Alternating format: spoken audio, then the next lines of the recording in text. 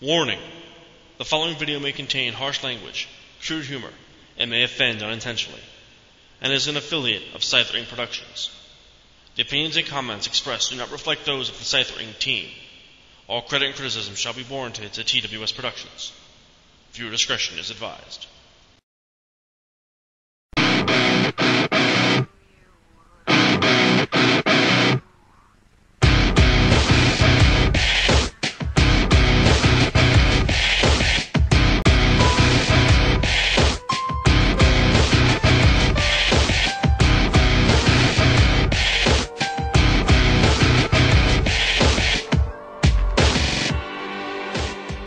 Good evening, everyone, and welcome to That Wrestling Show. Whole lot of stories this week that happened, a couple of backstage things, but a couple of big announcements that seem to happen.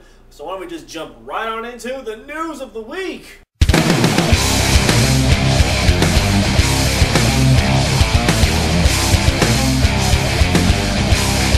Former WWE Women's Champion Bull Nakano will actually be retiring very, very soon. Those of you that don't know who Bull Nakano is, look it up. Believe it or not, she's going to be retiring in the Tokyo Dome on January 8th. And she hasn't actually wrestled due to knee surgery back in 1997. Though many stars, or we should say women's stars, from the 90s are actually said to be attending.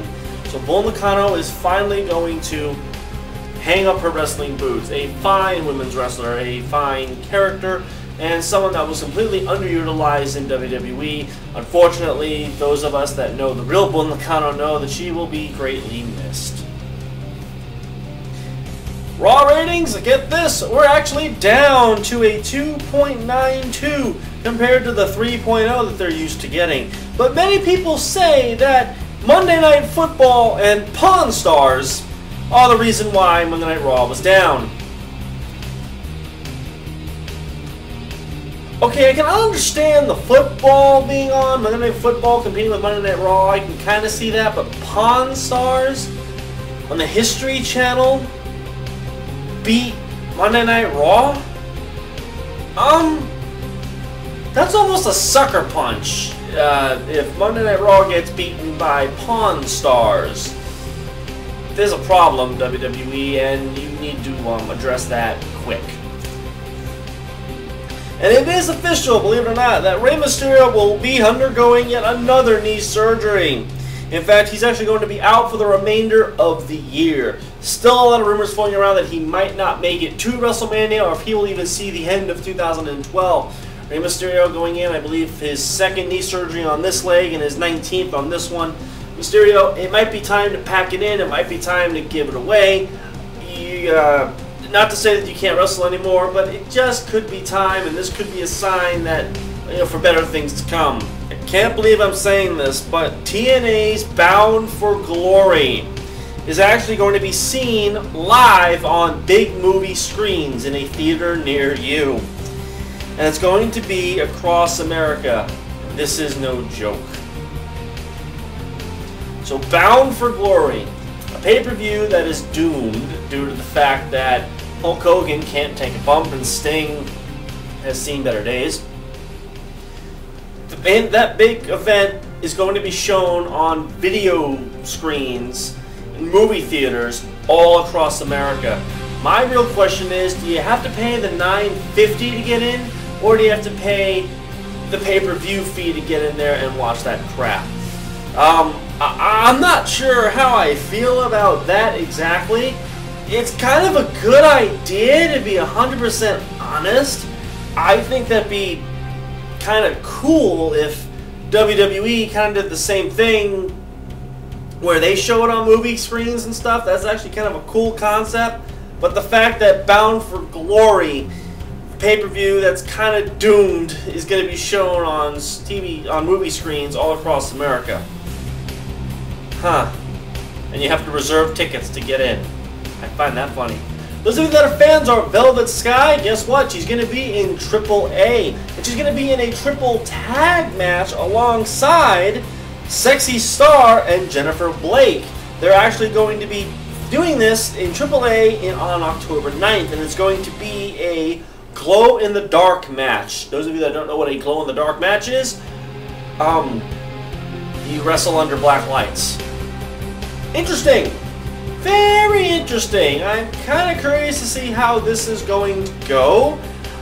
I've never personally have seen a glow-in-the-dark match. I wonder if it's going to turn out as good as they want it to be. But at least Mexico is doing something interesting. So those of you that are fans of Velvet Sky, check that out. There are some sources, and I do mean some sources, that actually claim that the central build-up during Monday Night Raw was more so a build-up for vengeance, rather Hell in a Cell. No wonder Raw kind of sucked, because it didn't feel like they were promoting Hell in a Cell that well, to be 100% honest. But yet they spent an entire week building up a pay-per-view that hasn't even happened yet, or going to be happening yet, rather than the pay-per-view that they should be paying attention to. Well, what do I know?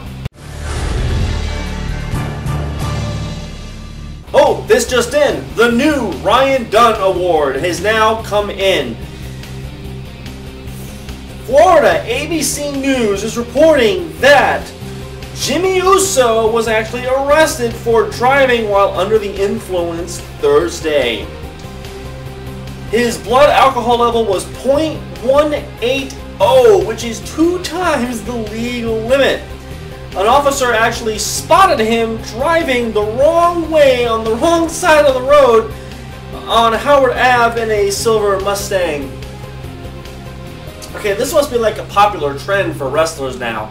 I mean, we understand that your career's not going anywhere and you're never going to amount to anything, but do you have to drink and drive and get pulled over? I mean, first Kurt Angle, now Matt Hardy, now Jimmy Uso.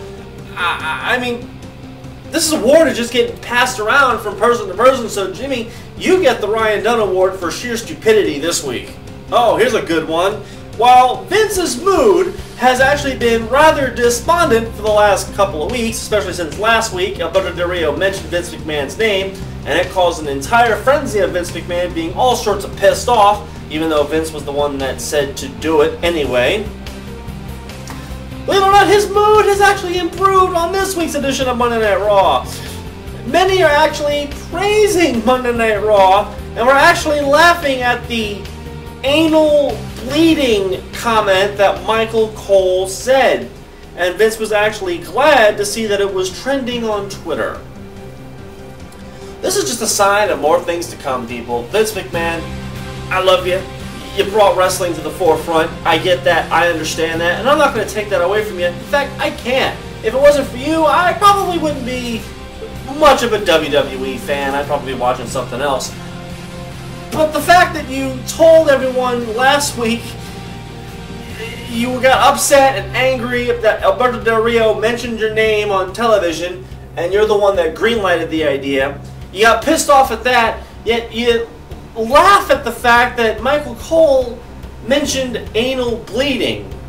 Okay, Vince, I want to just run a small concept through you. Just because you find something funny doesn't mean that the masses are going to find it funny. And I think that's kind of the problem with WWE right now, is it's not about what the fans might find funny, it's what you find funny. And to be honest, nobody was laughing. I'll give you an example. I'm going to give you an example of something that I find personally amusing and hysterical that I know you're not going to find funny at all. And no one else is going to find funny at all. But just because I find it funny and amusing doesn't mean I go around putting it on national television and actually make it serious. For example, Stephanie McMahon getting raped by Macho Man Randy Savage and Hulk Hogan at the same time. Now, I find that quite hysterical. Now, I know you're not finding that hysterical, and I know everyone else watching this show isn't finding that hysterical, but the fact that I find it hysterical doesn't mean you go around promoting it to other people and treat it like it was serious.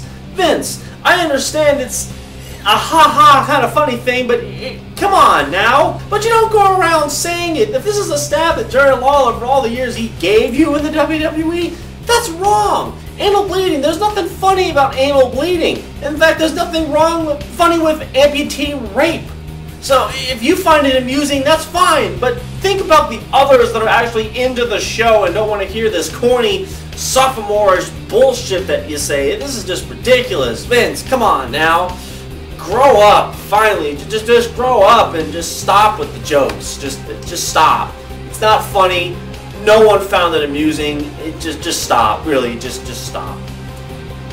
And the final bit of news, speaking of things that aren't funny, Matt Hardy was released from jail and actually promised to appear in court and on a bond, believe it or not. He has mentioned that he is going to go to the WWE-sponsored rehab. However, if Matt Hardy fails to apply to all of the terms and conditions, he will be sent back to jail and put on a $1 million bond.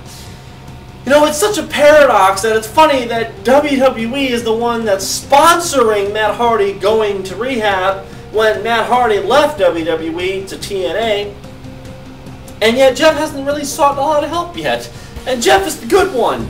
You know, it's kind of weird that, you know, you try to be a Matt Hardy fan or a Jeff Hardy fan or any kind of Hardy fan, and they're doing all these things left and right.